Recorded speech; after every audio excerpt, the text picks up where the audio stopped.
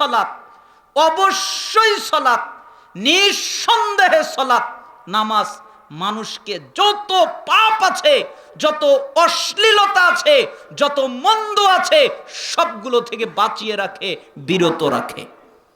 তাহলে নামাজ যদি তাকে সমস্ত পাপ থেকে বিরত রাখে, ও নামাজও পড়ে সুদও খায়, ও নামাজও পড়ে ঘুষও খায়, ও নামাজও পড়ে জিনাও করে, ও নামাজও পড়ে ব্যভিচারও করে, ও নামাজও পড়ে নিষেধার দ্রব্য পান করে, ও নামাজও পড়ে গীবত করে, তাহলে তো সে পাপ থেকে বাঁচলো না। তাহলে বোঝা গেল আসলে ওর নামাজই হয় নাই।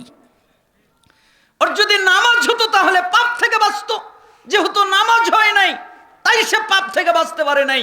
এজন্যই তো আব্দুল্লাহ বিন আমর রাদিয়াল্লাহু আনহু তিনি বলেছেন, মুস্তাদরেক হাকিম 8365 নম্বর হাদিস, ইয়াতিন নাস জামানুন ইয়াজতামিউনা ফিল মাসাজিদ ওয়া লাইসা ফিহি মুমিন।